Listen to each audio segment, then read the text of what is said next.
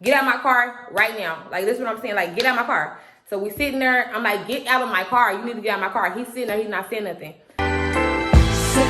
Say, baby, what you doing?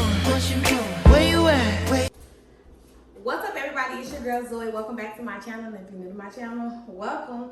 So today's video, it's gonna be like a Valentine's Day edition. I'm gonna make some heart-shaped brownies. I've been wanting to tell this story for a long time, but it was only right for me to do it around Valentine's Day. So before I get into this video, make sure you guys like, comment, and subscribe. Send this over to your friends. Also hit that post notification button so you'll be notified. Okay, so we're going to name this guy Crybaby, because he was a fucking crybaby. Me and Crybaby was in like a little situationship. We tried the relationship thing out. It didn't work out or whatever. And it was just a very toxic situation. I probably should put it in a different boat. Okay, so y'all know I just moved in here. I ain't got too much stuff, but this right here I think will work. He only been to my house a few times. I mean, maybe like 2 times or whatever. Like, and not even like that. Like, you know what I'm saying? We usually go to his spot. So he's asking me what's my address, and I'm like, what do you need my address for? Okay, so he's like, it's a 3 tablespoons. This is definitely not a tablespoon. I'm just gonna make it work. How many teaspoons is a tablespoon? I don't know. That should be enough. February 13th, he brings me all of these gifts. He went all out for Valentine's Day. Like, he brought me, he went to Saks, he got me some baccarat, flowers, teddy bears, chocolates, all of it. I wasn't expecting this from him. I really was not expecting that he like go all out like this.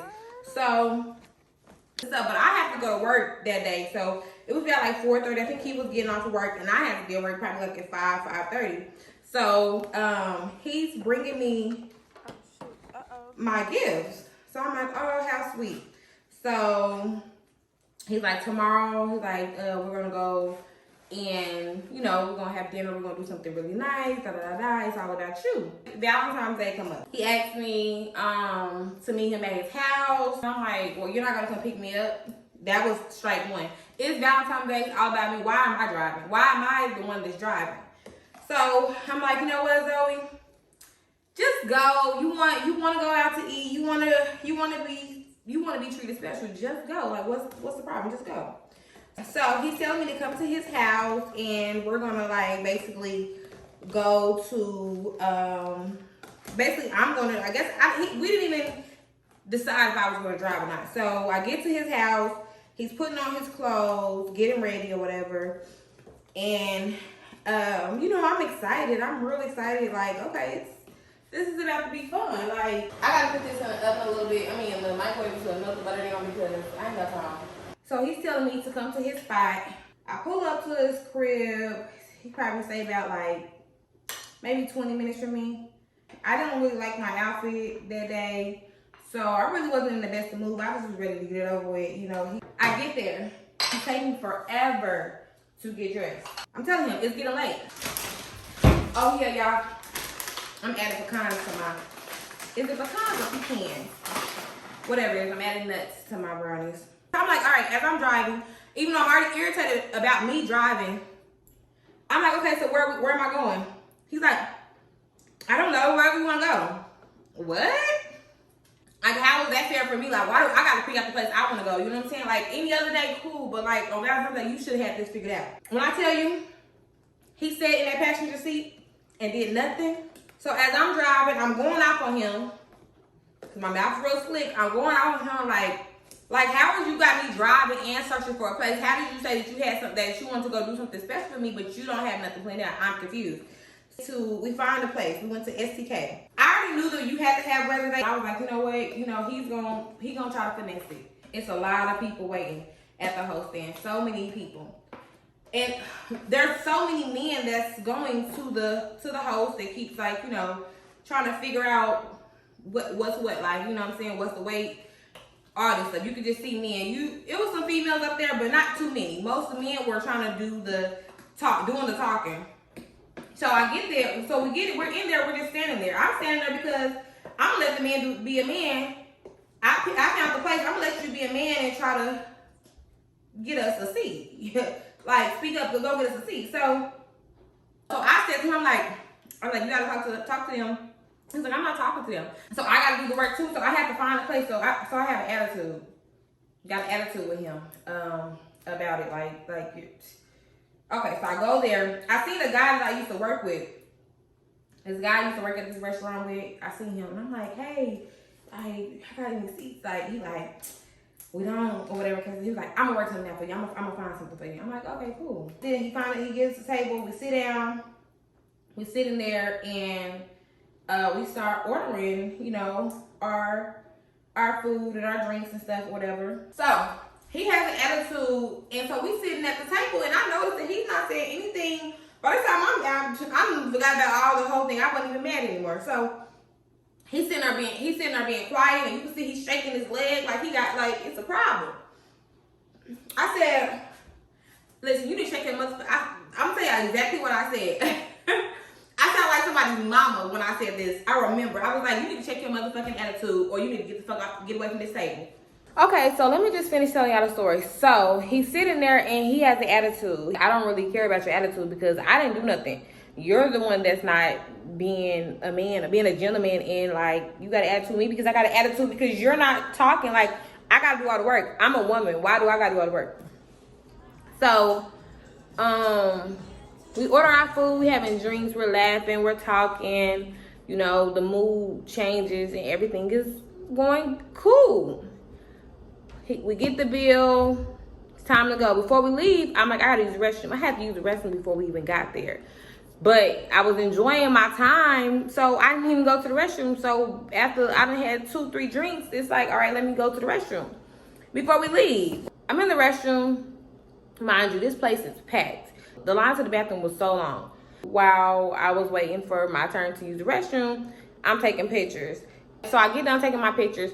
I noticed that he's blowing my phone up. So I hurry up and rush out. I get there and he's not sitting at the table anymore.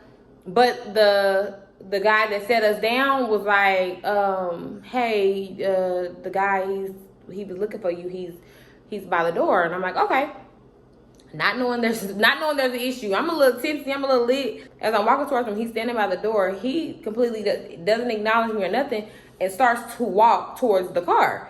Don't hold the door open for me, nothing. I'm like, this nigga is weird. Like, you're bugging. Like, I don't even understand. So we get in the car. I'm like, what the fuck? By this time, I'm spazzing. What the fuck is wrong with you, my nigga? You tripping, like, going on. Like, nigga, don't fucking play with me. Like, what you not gonna do is half-ass fucking treat me right on motherfucking Valentine's Day. He ain't saying shit. He's quiet. Oh, bitch, you gonna just ignore me? Alright, bruh. Okay, so basically I knew that I was spending the night with him, right? But I knew I was spending the night with him and I knew I had to go to work the next day. So I needed to go to my house to get, cause he stayed closer to my job than I did. So I was like, well, let me just stop at my apartment since my apartment is closer to here to the restaurant. Let me just go to my apartment, get my clothes, and then we can go to your crib. He got an attitude. He like, man, take me home. That's the wrong thing you can do. You in my car. You should have drove. You're in my car, and unless you want to hop out on the side of this highway, shut up, right? So he's like, man, just take me home. I'm like, I'm going to get my clothes first, and then I'll take you home. I pull up to my apartment. I get my work clothes, give me some stuff to sleep in, you know, get my things and my essential things that I need. So get back in the car. He still got a fucked up attitude, and I just couldn't take it. Like, my patience are very thin, but when men start to, don't do that to me. Like, I don't like that. Don't do it. So he just started acting like, you could, his demeanor and shit he was saying to me was just like, so I'm merging onto the highway. He's talking shit in my ear, and I just backhand him. Boom. And then I just see him grab his face, and I hit him again. I hit him like boom, boom. And I feel so bad, y'all. I really do not. I really feel so bad. Because I don't even know what came over me and why I did that. I don't even know. But he was just talking shit, and I don't know. So, boom, I pull over. No, I didn't pull over yet. And friend, when I tell you, I don't even know, but it was God that was with me and him. Because I don't know how we didn't fucking die this night. I don't know how the fuck we didn't die. I'm still on the highway, still going 70 miles per hour. I boom, boom, boom, boom, boom, boom him. I pulled the car over, put the car in park. The car wasn't even in park. Actually, the car was not even in park. When he hit me back, I was doing 70 miles per hour on the highway. I had already hit him, not thinking he was gonna hit me back. I guess once he took his hands off his face or whatever, and I guess he realized that he was bleeding, that's when he attacked me. I was so scared. I was so scared every time he even moved. Like, we were sitting there for a long time. I'm like, call somebody to come get you. Call somebody to come get you get my car. Get out of my car right now. Like, this is what I'm saying. Like, get out of my car. So we sitting there. I'm like, get out of my car. You need to get out of my car. He's sitting there. He's not saying nothing. I'm like, you need to get out of my car, or like you need to get out of my car. He won't get out of my car. So I'm like, okay, so I'm going to make you get out of my car. So by this time, I'm continuously hitting him in his face. Eyes swelling, nose bleeding, he's fucked up. Like, get out of my car. Like, you got to get out my shit. He wouldn't get out my shit. He's just sitting there, and by this time, you could tell he's pissed off. And I'm like, this nigga has to get out my car. My gas tank light came on. I'm like, fuck, I need gas. Shit. I'm looking for a gas station. Y'all, there's no gas stations open. I knew what I was going to do. I knew that. I was like, I'm not going to leave this man on the side of the highway. I would be a messed up individual to do something like that. But I am going to leave you at the what's it called, the gas station. You're going to get out of my car at the gas station. I'm going to take you to a well-lit place, but you're going to get out of my car. So I finally found a gas station. So when we get to the gas station, I'm like, get out of my car. He was like, he wouldn't say anything. He just sitting there looking. I'm like, get out of my car. He ain't saying shit. So now, the only way I know how to get you out of my car is to keep hitting you. So he had on his necklace, so I grabbed his chain right around his neck real like get the fuck out of my car. He's bleeding and shit, and he stands up outside of the car. He calls 911. He calls 911 on me.